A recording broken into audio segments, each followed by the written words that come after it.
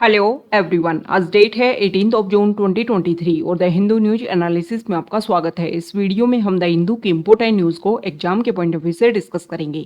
नीचे description box में Telegram channel Volcano IAS Academy का लिंक दिया हुआ है। आप Telegram channel Volcano IAS Academy के साथ में जुड़ सकते हैं। वहाँ पर हर exam means UPSC, state PCS and other exams के पॉइंट ऑफ व्यू से काफ़ी इंपॉर्टेंट इन्फॉर्मेशन आप सभी के साथ में शेयर की जाती है। तो चलो स्टार्ट करते हैं। वीडियो को स्टार्ट करेंगे एक ज्योग्राफिकल बेस्ड क्वेश्चन के साथ में।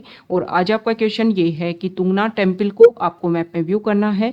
फिर इससे रिलेटेड हर इंपॉर्टेंट फैक्ट्स को एंड इन्फॉर्मेशन को कमेंट बॉक्स में टाइप करना है। कल हमने आपसे क्वेश्चन पूछा था पलक लेक को लेकर के। तो पलक लेक जो है वो नॉर्थ ईस्ट इंडिया में जो मिजोरम स्टेट है वहां पर लार्जेस्ट एंड बिगेस्ट लेक के रूप में एग्जिस्ट करती है। पलक लेक पलक वाइल्ड लाइफ सेंचुरी का पार्ट है। पलक लेक प्रेजेंट टाइम में न्यूज़ में इसलिए बनी हुई थी क्योंकि यहाँ पर लाइफ जो प्रोग्राम है, इस प्रोग्राम के अंडर इस पलक लेक के आसपास वाले एरिया में एक नेचर वॉक जो है वो ऑर्गेनाइज किया गया है।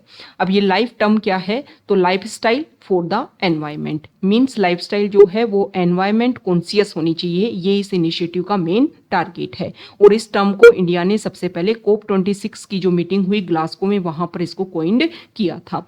तो पलक लेक की जो लोकेशन है वो आपको ध्यान में रखना है। एग्जाम में क्वेश्चन या तो डायरेक्टली पूछ लिया जाएगा कि पलक वाइल्ड लाइफ सेंचुरी कहाँ पर लोकेटेड है, पलक लेक कहाँ पर लोकेटेड है, या फिर क्वेश्चन इस तरीके से भी पूछा जा सकता है कि एक साइड आपको एक कॉलम में आपको लेक के नेम दे दें, एक साइड आपको स्टेट के नेम दे दें, या तो मैच द फॉलोइंग में क्वेश्चन पूछ लिया जाए, या फिर पूछ लिया जाए कि कौन कौन सा मैच जो है वो करेक्टली मैच्ड है। तो आपको हर तरीके से चीज जो है वो पता होनी चाहिए। द हिंदू को डिस्कस करने से पहले हम बात करेंगे डिकोडिंग ऑफ न्यूज़पेपर इनिशिएटिव के बारे में। देखो एस्पायरेंट, चाहे आप यूपीएससी की प्रिपरेशन कर रहे हो, स्टेट पीसीएस, या फिर कोई ऐसा एग्जाम जिसमें करंट अफेयर्स काफी इंपॉर्टेंट रोल प्ले करता है, तो आप इस इनिशिएटिव को ज्वाइन कर सकते हैं। इस इनिशिएटिव में हम क्या करते हैं कि the Hindu, Indian express, PIB और भी अदर इंपॉर्टेंट वेबसाइट जहां पर हमें लगता है कि कोई भी न्यूज आपके सिलेबस के अकॉर्डिंग है, तो सबसे पहले उस न्यूज की इमेज आपके साथ में हम शेयर करते हैं।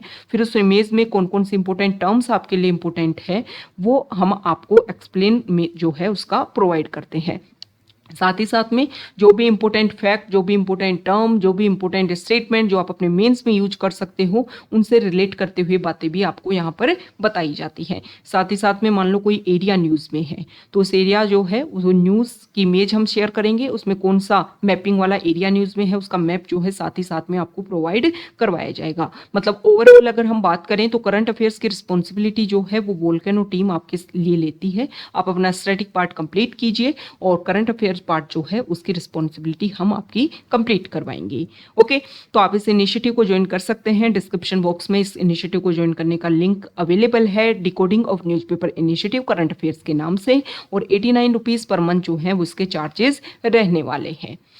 द हिंदू को अगर हम डिस्कस करें तो फर्स्ट इंपोर्टेंट न्यूज़ है द हिंदू के फ्रंट पेज पर, नॉर्थ ईस्ट से रिलेटेड ही न्यूज़ है और काफ़ी इंपॉर्टेंट न्यूज़ है। इस न्यूज़ का आप यूज़ कर सकते हो एज एन एग्जाम्पल। जैसे कि मान लो आपको क्वेश्चन पूछा गया कि टेक्नोलॉजी का यूज़ करते हुए हम किस तरीके से एडमिनिस्ट्रेशन गवर्नेंस में ट्रांसपेरेंसी ला सकते हैं, तो आप इसका यूज कर सकते हो। मेघालय में क्या होता था कि गवर्नमेंट जिन भी टीचर्स को अपॉइंट करती थी, गवर्नमेंट टीचर जो है उनको अपॉइंट किया जाता था, तो गवर्नमेंट टीचर क्या करते थे अपनी सैलरी में से कुछ सैलरी जो है वो अपने लेवल पर, मान लो कोई गवर्नमेंट टीचर को अपॉइंट किया, वो खुद स्कूल में ना जाए क्लास लेने के लिए, अपने लेवल पर अपनी सैलरी में से कुछ हिस्सा किसी और पर्सन को दे और उसको बोले कि आप जाके क्लास ले लो। ऐसा मेघालय में इशू जो है वो देखने को मिल रहा था। तो यहाँ पर सबसे पहले क्या किया गया है, आप सभी को पता है कि 3 इंपोर्टेंट हिल्स हैं मेघालय में, गारो, खासी, जैंतिया हिल्स।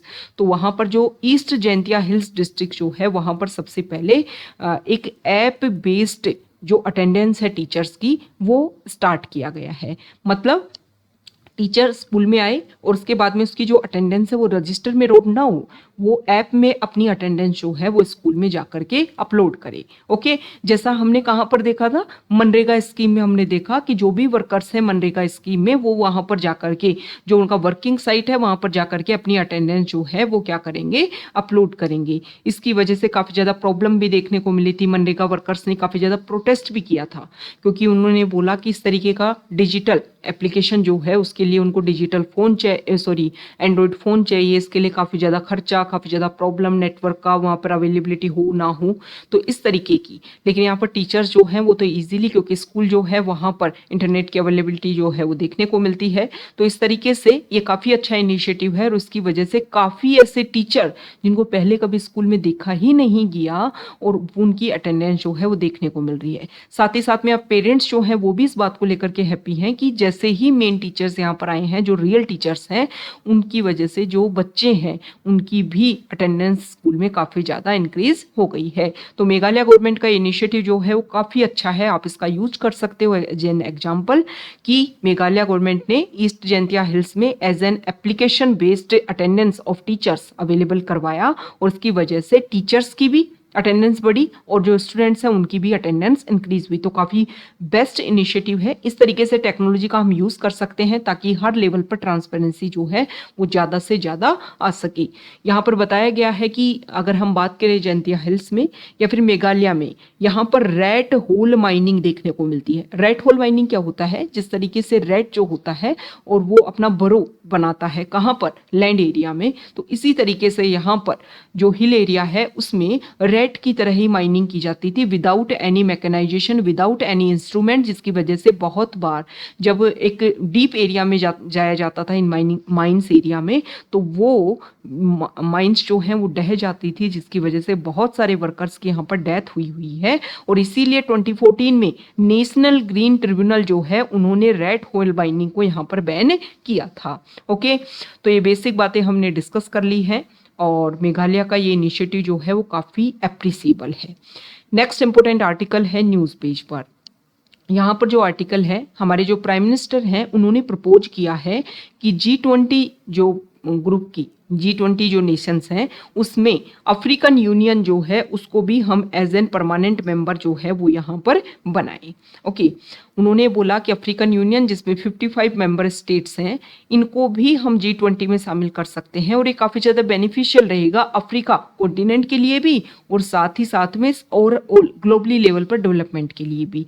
देखो, इंडिया जो है G20 के चाय में अगर हम बात करें तो सर्दन पार्ट के ऊपर काफ़ी ज़्यादा फोकस कर रहा है।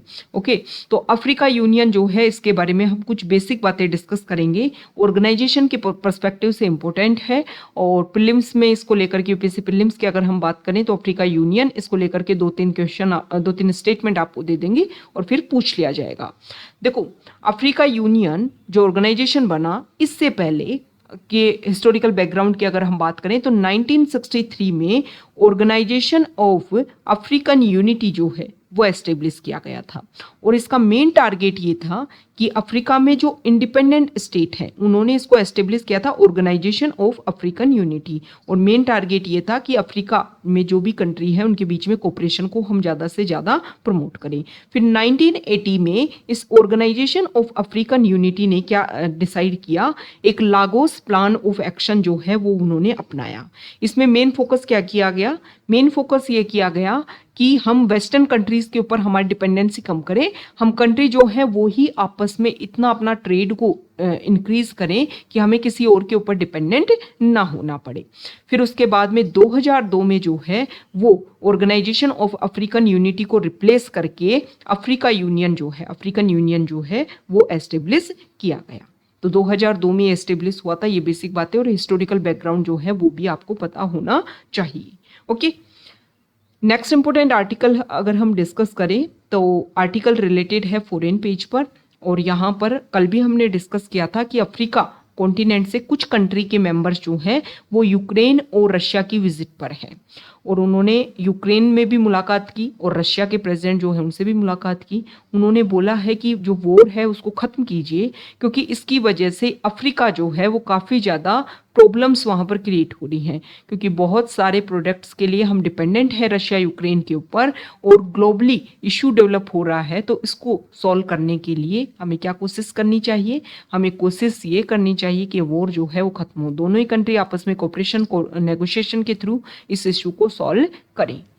नेक्स्ट इंपॉर्टेंट आर्टिकल है साइंस पेज पर। अब यहाँ पर कुछ रिसर्च हुई है अलग अलग, इसके बारे में हम डिस्कस करेंगे। देखो, एक रिसर्च हुई है कि भुवनेश्वर और कटक जो सिटी है वहाँ पर ये देखने को मिल रहा है पिछले कुछ सालों से कि रेगुलर वहाँ पर डे का टेम्परेचर जो है वो कम देखने को मिल रहा है और नाइट टेम्परेचर जो है वो ज़्यादा देखने को मिल रहा है। हालांकि इसका क्या रीजन है वो भी सामने नहीं आया है, लेकिन ये इशू जो है वो इस तरीके का यहाँ पर इंक्रीज हो रहा है। नॉर्मली क्या होता है कि अर्बन एरियाज में जितना ज़्यादा कंस्ट्रक्शन, तो जो भी कंक्रीट है वो उतनी ज़्यादा हीट को ट्रैप करती है और नाइट टाइम में वो रिलीज होता है, जिसकी वजह से ऐसा माना जा रहा है कि हो सकता है कि ये प्रॉब्लम हो। लेकिन इसका एक बेसिक इशू क्या है वो नहीं देखने को मिल रहा। नॉर्मली क्या होता है कि जो भी अर्बन एरियाज होते हैं वहाँ पर जो उनके सराउंडिंग एरियाज होते हैं उनसे अगर हम कंपैरिजन करें तो मेन सिटी में डे टाइम टेम्परेचर जो है वो काफ़ी ज़्यादा देखने को मिलता है और जैसे जैसे नाइट होती जाती है वैसे वैसे टेम्परेचर जो है वो कूल डाउन होता जाता है। ओके, तो ये चीज़ें जो हैं वो यहाँ पर बताई गई है, लेकिन इसका क्या बेसिक इशू है वो नहीं समझ में आ रहा है कि डेज जो है वो कूलर है, वार्मर नाइट्स, ऐसा नहीं है कि, लेकिन कंपैरिजन किया गया पिछले लास्ट 10 ईयर्स का तो देखने को मिल रहा है कि डे का टेम्परेचर जो है वो टाइम के साथ में कम हो रहा है। ओके, पहले मान लो डे का टेम्परेचर मान लो 35 डिग्री रहता था, तो अभी देखने को मिल रहा है कि डे का टेम्परेचर जो है वो 33 डिग्री जो है वो देखने को मिल रहा है। नाइट का टेम्परेचर मान लो पहले 23 डिग्री रहता था, तो अभी जो है वो देखने को मिल रहा है कि 25 डिग्री जो है वो रहता है। ये चीज़ें जो हैं वो यहाँ पर शो हो रही है। यहाँ पर जो आर्टिकल है वो है मंकी पॉक्स को लेकर के। मंकी पॉक्स, जिसको एम पॉक्स के नाम से भी जानते हैं, कुछ टाइम पहले ही वर्ल्ड हेल्थ ऑर्गेनाइजेशन ने इसको ग्लोबल हेल्थ इमरजेंसी जो है वो डिक्लेयर किया है। देखो, मंकी पॉक्स के बारे में कुछ बेसिक बातें यहाँ पर बताई हुई हैं। मंकी पॉक्स एक वायरल डिजीज है जो अगर हम बात करें तो प्राइमरली जो है वो ह्यूमन पॉपुलेशन में जूनोटिक स्पिलओवर के थ्रू फैलती है।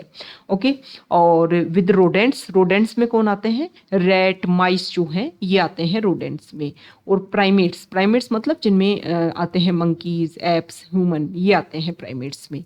तो इसमें ये मेन रीजन है, मतलब अगर हम एनिमल में बात करें तो ये मेन है, इनके थ्रू जो है वो ह्यूमन में फैलती है।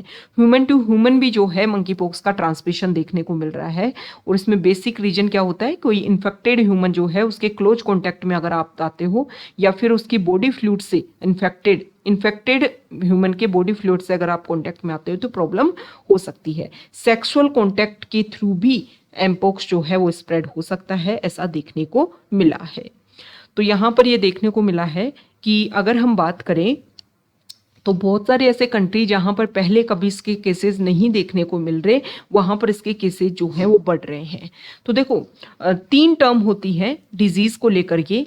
एक होता है एंडेमिक, ओके, यहाँ देखिए एंडेमिक, एक होता है पेंडेमिक और एक होता है एपिडेमिक।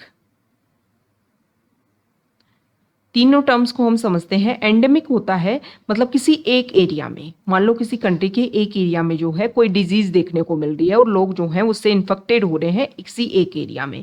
अगर सेम डिजीज से अलग अलग एरिया में प्रॉब्लम जो है वो मान लो एक इंडिया में जो है, राजस्थान में भी उसके इशू देखने को मिल रहे हैं, हरियाणा में भी इशू देखने, केरला में भी इशू देखने को मिल रहे हैं एक ही डिजीज के, उसको बोलेंगे एपिडेमिक।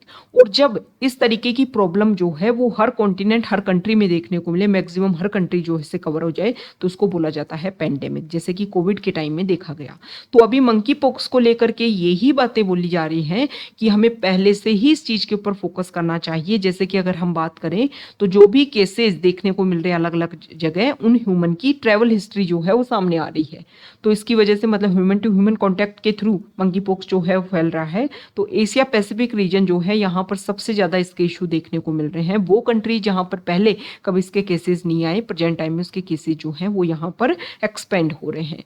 तो हमें पहले से अलर्टनेस, अवेयरनेस जो है उसको लेकर के आना चाहिए, ताकि ये प्रॉब्लम जो है वो ना देखने को मिले और ज्यादा लेवल पर इंक्रीज ना हो।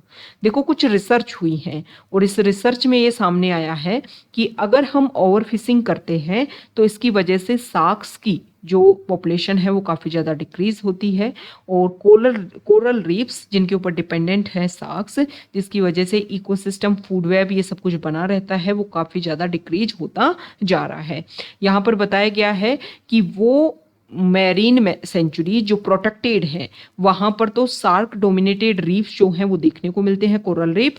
और जहां पर गवर्नेंस और पॉवर्टी है, लिमिटेड गवर्नेंस है, वहां पर रे डोमिनेट रीफ कम्युनिटीज जो हैं वो देखने को मिलती हैं। मतलब ओवर फिशिंग जो है फिर उन एरियाज में ज़्यादा होती है, जिसकी वजह से प्रॉब्लम जो है वो ज़्यादा इंक्रीज हो जाती है। नेक्स्ट जो आर्टिकल है यहाँ पर लाइट को लेकर के हम देख रहे हैं कि जैसे जैसे अर्बन एरिया इंक्रीज हो रहा है, लाइट जो है वो काफ़ी ज़्यादा देखने को मिलती है। इलेक्ट्रिसिटी के थ्रू जो है लाइट हमेशा जलती रहती है पूरे नाइट टाइम में।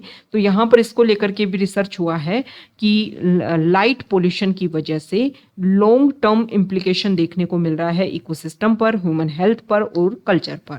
बहुत सारे ऐसे जानवर एनिमल होते हैं जो सिर्फ नाइट के टाइम में निकलते हैं, तो उनकी हैबिटाट जो है, उनके हैबिट जो हैं वो इफेक्ट हो रहे हैं इस लाइट की वजह से। ओके, नेक्स्ट जो आर्टिकल है वो है FAQ पेज पर, और यहाँ पर हम डिस्कस करेंगे। देखो, अगर हम बात करें 2008 से 2020 के बीच में 5 लेवल पर एक स्टडी हुई, और इस स्टडी में ये सामने आया है कि हमारे इंडिया में डायबिटीज़ के जो पेशेंट है वो काफ़ी ज़्यादा बढ़ रहे हैं। 11% टोटल पॉपुलेशन की जो 11% है वो डायबिटिक है। 15.3% कंट्री के जो हैं वो प्री डायबिटिक स्टेज में है, मतलब अगर एक लेवल तक उन्होंने कंट्रोल नहीं किया तो वो भी डायबिटीज़ से ग्रस्त हो जाएंगे। तो राइटर ने यहाँ पर इस बात के ऊपर फोकस किया है कि जैसे ही अर्बनाइजेशन जैसे जैसे बढ़ रहा है वैसे वैसे इस तरीके की प्रॉब्लम जो है वो काफ़ी ज़्यादा इंक्रीज हो रही है। तो हमें जो भी हमारे हेल्थ इशू हैं उनके ऊपर प्रॉपर टाइम पर फोकस करना होगा, नहीं तो फिर हेल्थ इमरजेंसी जो है वो इंडिया में जो है वो डेवलप हो सकती है। नेक्स्ट जो आर्टिकल है वो है एशियन इंफ्रास्ट्रक्चर इन्वेस्टमेंट बैंक को लेकर के। देखो, इस बैंक के जो फॉर्मर एग्जीक्यूटिव हैं उन्होंने रिजाइन किया, और उन्होंने ये बोला कि चाइना के पास में सबसे ज़्यादा शेयर होल्डिंग है इस बैंक की, और ये जो AIIB जो बैंक है इसका हेडक्वार्टर है बीजिंग में। 2015 में इस बैंक को इनिशिएटिव इसका प्रपोज किया गया था कि इसको एस्टेब्लिश किया जाना चाहिए ताकि वर्ल्ड बैंक और Asian development bank ADB bank जो है उसके ऊपर हमारी डिपेंडेंसी कम हो सके। तो इंडिया ने भी इसमें साथ दिया, और फिर 2016 में इस बैंक को स्टार्ट किया गया। इस बैंक की पार्टिसिपेशन में अगर हम बात करें तो चाइना जो है उसने $27 बिलियन का इसमें कंट्रीब्यूशन किया है, और सबसे ज़्यादा largest participation, largest voting power जो है वो 26.58% जो है वो किसके पास में है, चाइना के पास में है। इंडिया के पास में सेकंड लार्जेस्ट शेयर होल्डर है 7.6%, और with A 7.6% voting power and committed $8 billion. China और इंडिया के बाद में आता है रशिया। ओके, और बैंक जो है वो थर्ड लार्जेस्ट वोटिंग पावर है रशिया के पास में 5.97, उसके बाद में Germany 4.15%, south Korea 3.49%, Australia 3.45%, France 3.17%, Indonesia 3.16% and UK 2.89%। मतलब ये चीज़ें हमें शो करती हैं कि यहाँ पर यूरोपियन और ऑस्ट्रेलिया यहाँ से भी कंट्री जो है वो इसके मेंबर है। अब देखो, इसके ऊपर एलिगेशन लगे हैं कि AIIB बैंक जो है उन्हीं कंट्रीज को ज्यादा सपोर्ट कर रहा है जहां पर चाइना का belt and road initiative implement हो रहा है। तो देखो, इसको लेकर के क्लेरिफिकेशन दिया गया है कि ऐसा नहीं है। रशिया का पार्टिसिपेशन इस बैंक में जो है वो थर्ड नंबर पर आता है, लेकिन जैसे ही रशिया यूक्रेन वॉर स्टार्ट हुआ, हमने रशिया के साथ में इस बैंक ने अपनी तरफ से स्टेटमेंट दिया है, रशिया के साथ में जो भी प्रोसीजर थे, जो भी काम चल रहे थे, उन सबको हमने होल्ड पर रख दिया है। साथ ही साथ में राइटर ने यहाँ पर ये भी बात, इस बैंक ने ये भी क्लैरिफिकेशन किया है कि हमारा मेन टारगेट है कि पॉलिटिक्स से हम अपने आप को दूर रखा जाए। मेन चाइना के ऊपर ये एलिगेशन इसलिए देखने को मिल रहे हैं क्योंकि इसका हेडक्वार्टर जो है वो चाइना में है, लेकिन चाइना से इन्फ्लुएंस नहीं है, क्योंकि अगर हम इन्वेस्टमेंट की बात करें तो इस बैंक से मैक्सिमम लोन जो है वो इंडिया को मिला हुआ है। इंडिया के बहुत सारे प्रोजेक्ट में ये बैंक जो है वो हेल्प कर रहा है। तो यहाँ पर बैंक की तरफ से, अपनी तरफ से क्लैरिफिकेशन में ये भी बोला गया है कि इस तरीके के स्टेटमेंट से हमें कम से कम ये तो पता चला कि बैंक को लेकर के क्या क्या रूमर्स जो है वो इंक्रीज हो रहे हैं। तो हम इस चीज को लेकर के लोगों में अवेयरनेस क्लियर कर सकते हैं कि एशियन इंफ्रास्ट्रक्चर इन्वेस्टमेंट बैंक जो है वो अपने लेवल पर इंडिपेंडेंट है, ये किसी से भी इन्फ्लुएंस नहीं है। बात हमने की ADB बैंक की, तो उसके बारे में भी हम कुछ बेसिक बातें अगर डिस्कस करें। ADB bank ADB bank, Asian development bank, इसको 1966 में एस्टेब्लिश किया गया था और स्टार्टिंग में इसमें जो है ADB डेवलपमेंट बैंक में जो है 68 मेंबर इसके कंट्रीज हैं, मेंबर कंट्रीज हैं, और 49 जो हैं वो एशिया रीजन से आते हैं। ओके, अगर हम बात करें तो देखो मेन टारगेट ADB बैंक का क्या था कि एशिया रीजन और पैसिफिक रीजन जो है वहां पर ग्रोथ एंड डेवलपमेंट लाया जा सके। ADB बैंक का हेडक्वार्टर कहाँ है ये आप कमेंट बॉक्स में बता दोगे, ये आज आपका क्वेश्चन है। तो ये आज का हमारा द हिंदू न्यूज़पेपर का डिस्कशन था। अगर आप यहाँ तक आए हैं, वीडियो आपको अच्छा लगा है तो प्लीज़ वीडियो को लाइक कीजिए, शेयर कीजिए और चैनल को सब्सक्राइब कीजिए। इसके अलावा हम हमारे कुछ अदर इंपॉर्टेंट इनिशिएटिव के बारे में भी डिस्कस करेंगे। एक है हमारा मेंस आंसर राइटिंग। वो स्टूडेंट्स जो अपनी आंसर राइटिंग की प्रैक्टिस करना चाहते हैं वो इस इनिशिएटिव को ज्वाइन कर सकते हैं। ज्वाइन करने का लिंक आपको डिस्क्रिप्शन बॉक्स में अवेलेबल हो जाएगा। और इसमें क्या किया जाएगा, मंडे टू फ्राइडे जो स्टूडेंट्स हैं जो भी इसको ज्वाइन करेंगे उनको 2 क्वेश्चन दिए जाएंगे। 2 क्वेश्चन का आप आंसर सेंड कीजिए, हमें मेल कीजिए। उसके बाद में आपको हिंट प्रोवाइड किया जाएगा, आपके क्वेश्चन को टाइमली इवेल्युएट किया जाएगा कि क्या क्या प्रॉब्लम है, किस तरीके से आप इसको और अच्छे से लिख सकते हो। ओके, साथ ही साथ में आपको आपका जो ऐसे है उसकी भी प्रैक्टिस भी यहाँ पर करवाई जाएगी। एथिक्स को लेकर के एग्जाम्पल्स, ये सारी चीजें जो हैं वो आपको यहाँ पर प्रोवाइड करवाई जाएंगी। 2500 रुपीज जो है वो इस प्रोग्राम के चार्जेस हैं, तो आप इसको ज्वाइन कर सकते हो। इसके अलावा कोई स्टूडेंट ये चाहता है कि एक टारगेट ओरिएंटेड उसकी स्टडी हो तो आप हमारे मेंटोरशिप प्रोग्राम को ज्वाइन कर सकते हो। 10 मंथ का ये कोर्स रहेगा मेंटोरशिप प्रोग्राम। इसमें प्रद्युमन सर जो है वो आपको गाइडेंस प्रोवाइड करेंगे। ओनली 30 स्टूडेंट जो सीरियस स्टूडेंट्स हैं जो 10 मंथ तक रिगरस तरीके से स्टडी कर सकते हैं उनके लिए प्रोग्राम अवेलेबल है। और 8,500 रुपीज जो है 10 मंथ के इसके चार्जेस हैं, आप इसको ज्वाइन कर सकते हैं। ज्वाइन करने का लिंक डिस्क्रिप्शन बॉक्स में अवेलेबल है। मेंटोरशिप प्रोग्राम में क्या किया जाएगा कि मेंटोरशिप प्रोग्राम में जो है वो आपको डेली बेसिस पर टारगेट दिया जाएगा। टारगेट को आपको कंप्लीट करना है, फिर टाइमली आपका प्रीलिम से रिलेटेड जो टेस्ट है वो कंडक्ट करवाया जाएगा। आपको टारगेट जो जो आप कंप्लीट करोगे जैसे 10 डेज में, 15 डेज में, इस तरीके से। और डेली बेसिस पर आपको एक क्वेश्चन दिया जाएगा, उसका आपको आंसर लिखना है। आंसर लिख के आप सेंड कीजिए, आंसर को रिलेट किया जाएगा। और ये सारी बातें जो हैं इंपॉर्टेंट फीचर्स हैं इस नए प्रोग्राम के। Okay, thank you.